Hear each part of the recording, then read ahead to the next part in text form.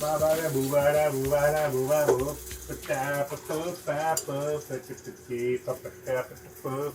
that we've covered some of the most popular dishes in the United Kingdom, it's time to explore some of the other dishes that they occasionally like to eat.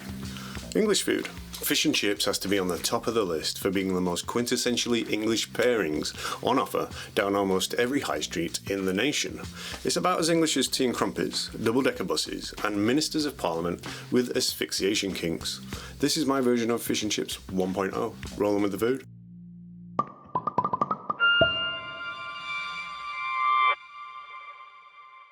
So russet potatoes are the best for chips because they're higher in starch. I've found that bigger, thicker chips with very similar dimensions each results in, for me, the best tasting chip. So I cut them roughly this big.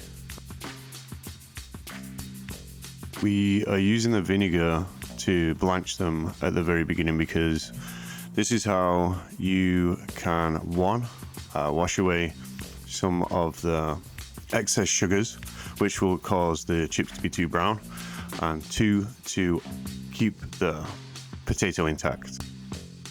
It keeps its texture. It's basically about being able to leave the potatoes on the boil for longer without them turning into mush. That's the basics. After you've blanched them for roughly 15 minutes, transfer them to cool on a tray. I froze mine. And then after that, you will stick them in a fryer on 300 degrees. This is the first time you fry them. This process probably takes another 7 or 8 minutes. We're going to fry them again, so they're going to get put on a tray to cool down again and allow the oil to heat back up. And once that's happened, we wait till the oil heats back up to roughly 400 degrees because we want it to be at the 375 mark. We're just going to leave the chips until they're golden brown again. Season them with sea salt the minute they come out of the fryer. This is how you get the salt to stick to the fry.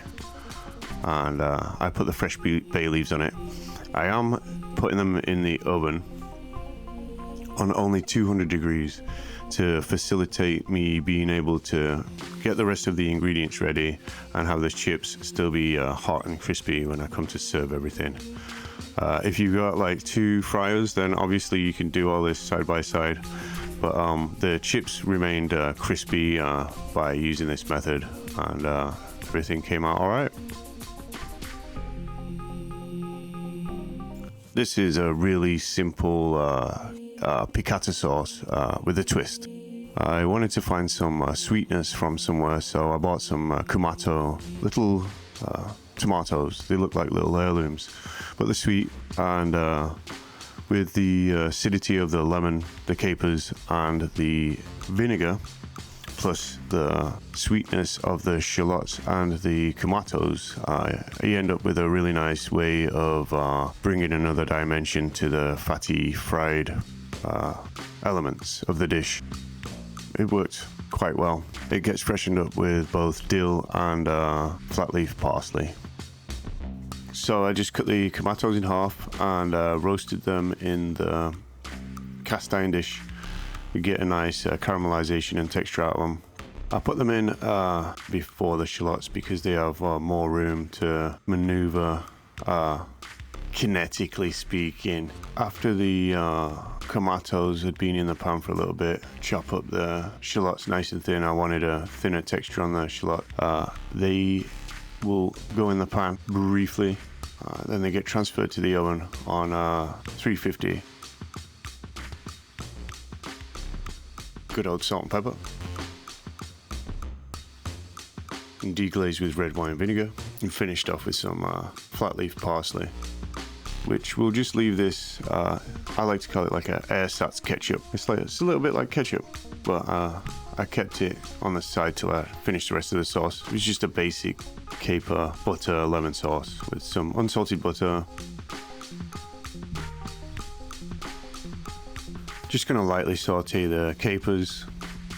Deglaze this with lemon juice. This sauce takes minutes, so you can do it, very much do it last minute. It's basically finished now, yeah. Add the dill, and I will be transferring my posh ketchup into the sauce. This will give it more body amongst the other attributes that it's going to give it. And then I finished off with another little knob of butter just to give the sauce a little bit more body. This pea puree was both a play on the traditional mushy peas and also a way to use the leftover potato scraps. If you want the chips to have a very uniform shape, that means you're gonna be cutting off the sides of the potatoes. But it's a great way to thicken a sauce and gives it a really nice texture. Roughly cut and saute the shallots in unsalted butter. Add a cup of water to this, then your nicely peeled little scraps. Cook until those scraps are tender, ready to blitz. And once that is so, you're gonna add your frozen peas straight into it and turn off the heat. There's no more cooking of this involved, just keeping it warm. Puree it a very fine consistency. I added a little bit more water because I didn't like how thick it got. And then right at the end, fresh tarragon, salt, pepper, and a quick pulsaroonie. You know what I mean? Done. Probably one of the easiest batters you'll ever see. It is 3/4 of a cup of beer, Ichiban, Stella, anything like that. I used Ichiban. 2 cups of self-raising flour, and just mix the beer into the flour and keep adding a little bit more until you get like a nice texture like you see here. Sea salt on the cod fillet, and I'm gonna give this a nice little squirt of citrus as well. Just gives the fish more flavor underneath the batter. Pepper. We're gonna dredge it in flour so that the batter sticks to the fish, and dip this bad boy into the batter. Then this is just going to get fried on 400 degree oil, which should come back down to like roughly 360, 375, depending on what you're using as a vessel. Cast irons keep heat really well, but they do take a while to heat up in the first place. So, pros and cons. Fry until golden brown, or the internal temperature is 145 degrees. I hope too many people don't get hung up on the asphyxiation joke. I thought it was a good gag.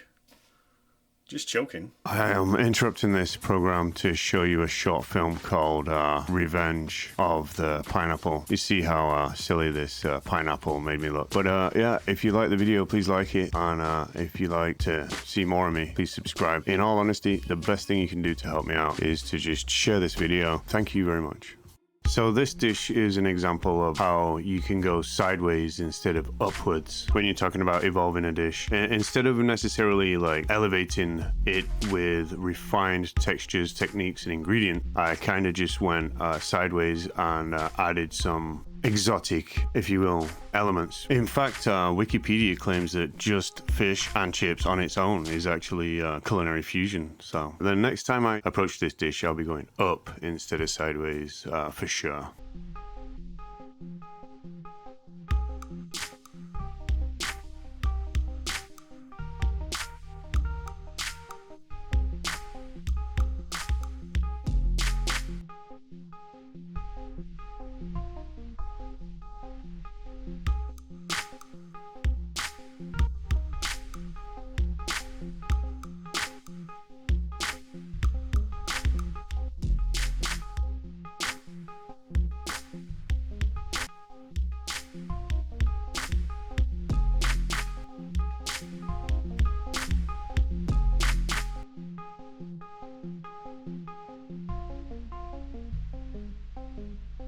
They say if you give a man a bag of chips, he'll eat for 20 minutes. But if you give him a farm with loads of potatoes in it and the weather's good, then he could possibly make more chips.